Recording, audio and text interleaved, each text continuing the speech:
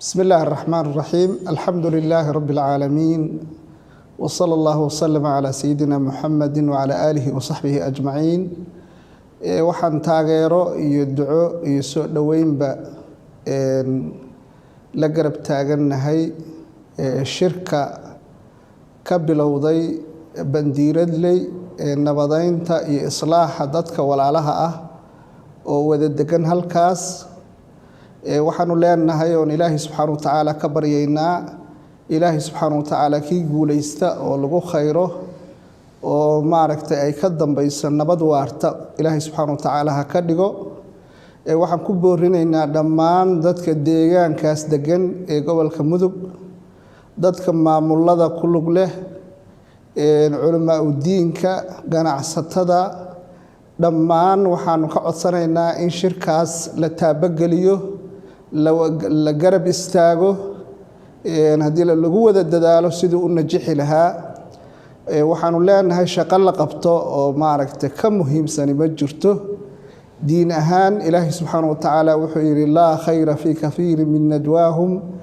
illa man amara bi sadaqatin aw ma'rufin aw islahin bayna an-nas shaqada islaaxa ah iyo maaragtay heshiisiintu waa shaqo ay ku jirto dadka diintoodii oo la hagaajiyo nabigu sallallahu alayhi wasallam wuxuu ku sheegay islaahu dhaatul bayn wuxuu ku sheegay hadii aan laga shaqeyn inay tahay walaalaha dagaalkoodu inuu yahay xaaliqa ama midii diinto dhan dadka maaragtay ka baabiinaysa timaha ma xiireysay dadka diintoodii bay baabiinaysaa colaaduhu marka waxaanu leenahay walaalayaal annagoo wada jira culimadayada wadanka Suudaan joogta waxaanu leenahay arintaas iyada ah hal la najixiyo meeshaas mudug 40 sano ayaa colaadi ka holaaqayeen dhibkeedii waa la dhadhamiyay wiilkii ku dhashay baa ku dhintay dagaalkii balaayadeedii waa aragnay dadkii ahlu maaragtay raayiga lahaay oo dhan baa ka cararay intii lacagta haysatay baa uga carartay burbur iyo basambeel iyo balaa ka dhacday arinta waxaanu leenahay aanu ku bedelo safxad cusub aan furo warqad cusub maanta aan furo horumarka ayaa ku jira diinta ayaa ku jirta aakhiradii dadka oo hagaagtaa ku jirta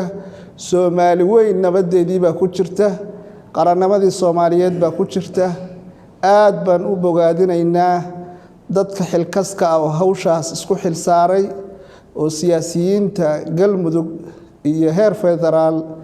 iyo heer Puntland intaba leh waxaan bogaadinaynaa culamaa u diinka iyo ganacsatada iyo dhammaan inta hawshaas ama dhaqaale ku bixisay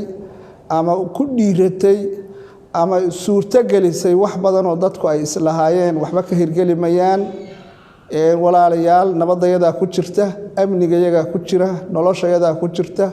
horumarkayaga ku jira dadku waxay u firaaqoobayaan inay danahooda adduun iyo maslaxadooda aakhira ay ka shaqeystaan walaalayaal waxaan halkan ka soo jeedinaynaa dhibaatadii inta dhacaysay maantay xalay dhalay in laga noqdo dadka nool in loo taliyo intaasaan maaragtay dhihi lahaa hada wabillahi tawfiiq wassalaamu calaykum waraxmatullaahi wabarakaatuh alxamdulillahi rabbil caalamiin salaatu wassalaamu calaa rasuulillaahi wacalaa aalihi wasaxbihi ajmaciin wabacd waxaan soo dhoweynaynaa oo taageeraynaa oo duca la garab taaganahay shirka ka furmay degmada Bandiiradley ee ay ku heshiinayaan walaalaha degan galbeedka gobolka Mudug laalkasay sacad ay ku heshiinayaan ayaan taageeraynaa waxaan leenahay rabbi subxaanahu wa ta'ala weydiisanaynaa inuu hirgeliyo shirkaas oo nabad ku dhameeyo tafaahum is-afgarasho rabbi wuxuu yiri subxaanahu wa ta'ala wasulhu khayr heshiisku waa khayr waxaan isleeyahay reer Mudug way dhadhamiyeen kharaarka dagaalka dhimasho iyo dhaawac iyo gablan iyo awoon iyo xoolo khasaaro adduuni aakhira ilaha og laakiin waa khatar ba ku jirta heshiisku waa khayr marka waxaan rajaynaynaa insha Allah ilaahayna ka baryaynaa in shirkaas Bandiiradley loo fadhiyo oo nabad ku dhamaado afgarad ku dhammaado heshiis waara oo ay u aayaan dadkaasi wiilkii ayaan rajaynaynaa inuu ku dhammaado ilaahayna ka barinaa subxaanahu wa tacaala dadkii ka shaqeeyey oo siyaasiyiinta ganacsatada odayaasha dhaqanka dhallinyarada dumarka كل يوم هذا علينا سجار وحنا نقول هذا علينا دقمة مرتقى ضيدتك ريب الديرلي رندي ما هاد جارهن علينا رجع ما ملضى أما قلمذوق أما بتلان أما فدرال كقيب قاتن وما هتسيهين وحالينا ولا ليالو علاد والجود علي آد بالور فاضي إن دجال كاس علاد داس الدمية إن شاء الله dhalinyarada sufahada ee qaadka haday cunaan ee khamrada cabaan waxbiinahayna in gacanta la qabto oo si adag looga heshiiyo hadda ka bacdi qofkii qof dile in la dilo in lagu heshiiyo oo go'aankaas la qaato ilaah baa yiri subhanahu wa ta'ala walakum fil qisas hayat qisaastan nolol in ku jirta ya ul albaab dadka aqliga lahu marka waxaan rajaynaa insha Allah markuu dhamaado shirkan bandiirley oo laga heshiiyo in la dhameeyo midka galbe bariga mudug colaada ka jirta dhinacaas maaragtay qoraxdu ka soo baxdo ama godod ha ahaato ama aagis ha ahaato ama ka shishayso ama halkaas afar waaqa iyo maxaan daar salaam halkaas sii gaarto kaana in lagu dhameeyo asaga nabad oo xagga loo jeesto oo la nabdeeyo oo markii mudug la dhameeyo colaadiisana gobolada kalena asan la dhameeyo oo Soomaaliya heshiis Soomaaliya hal qoys waa isku diin waa isku aafo waa wada dhasheen waa xidid waa xigaale dagaalka colaada la joojiyo oo Soomaaliya dhexdeeda colaada laga joojiyo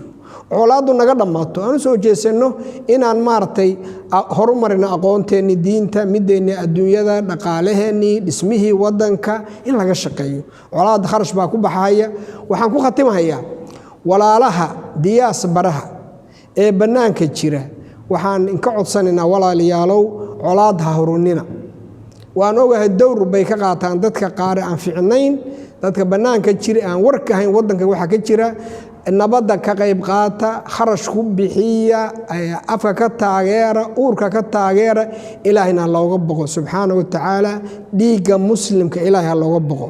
qof muslimka dhiigiisu wuxuu ka qaalisan yahay cirka iyo dhulka oo duma ayuu ka daran yahay kacbada oo duntu ka daran yahay marka walaalayaalow qofkii dadka wax taraya ha taro ha nooleeyo wax taro laakiin dhiiga hal badbaadiyo aad waxaan u bogaadinaynaa mar labaad mar saddexaad shirka Badilay ka furmay waxaan Ilaahay uga barinaa subhanahu wa ta'ala inuu najixiyo guul ku dhameeyo intii ka shaqeysana khayr Allah siiyo Allah ka ajar siiyo ajar badan bay leeyihiin nabiga sallallahu alayhi wasallam hatta nabiga jamaacada uga soo daahaya soo heshiisiinaya alayhi salatu wasalaam marka aad iyo aad u mahadsantihiin Ilaahay waxaan ka barinaa subhanahu wa ta'ala Soomaali inuu isku mariyo beerkooda burcad isku mariyo musaalaxa dhexdhago colaada naga dhameeyo dad walaahanahay aanu soo jeesano horumarka iyo wadanka saan horumar lahayn dhalinyarada mustaqbalka ee soo koreysana inaan colaad lagu beerin oo wixii xuma looga sheekay taariikhda mugdiga ahayd ee khayrka looga sheekay aad u mahadsantihiin jazakumullahu khayran wasalaamu calaykum wa rahmatullaahi wa barakaatuh